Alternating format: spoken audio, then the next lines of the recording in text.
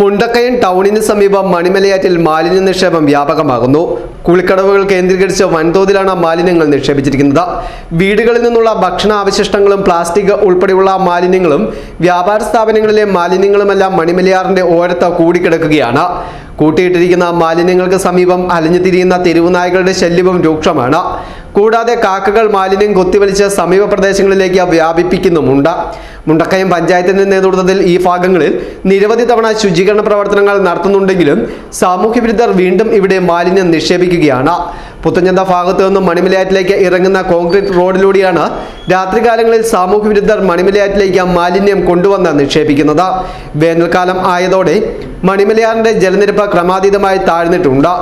വശങ്ങളിൽ കൂടിക്കിടക്കുന്ന മാലിന്യം പുഴയിലെ ജലത്തിൽ കലരുന്നത് മേഖലയിൽ പകർച്ചവ്യാധികൾക്ക് ഇടയാക്കുമെന്ന ആശങ്കയും ഉയർന്നിട്ടുണ്ട്. സംസ്ഥാനം ഒറ്റക്കെട്ടായി മാലിന്യമുക്ത കേരളം എന്ന സ്വപ്നം യാഥാർത്ഥ്യമാക്കുവാനായി ശുചീകരണ പ്രവർത്തനങ്ങളും ബോധവൽക്കരണവുമെല്ലാം സംഘടിപ്പിക്കുമ്പോഴാണ് മുണ്ടക്കയത്തിന്റെ ഏറ്റവും വലിയ ജലസ്രോതസ്സായ മണിമലയാറ്റിലേക്ക് വൻതോതിൽ മാലിന്യങ്ങൾ നിക്ഷേപിക്കുന്നത്.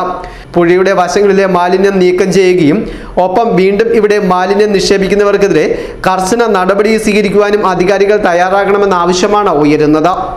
News bureau, Mundakayam.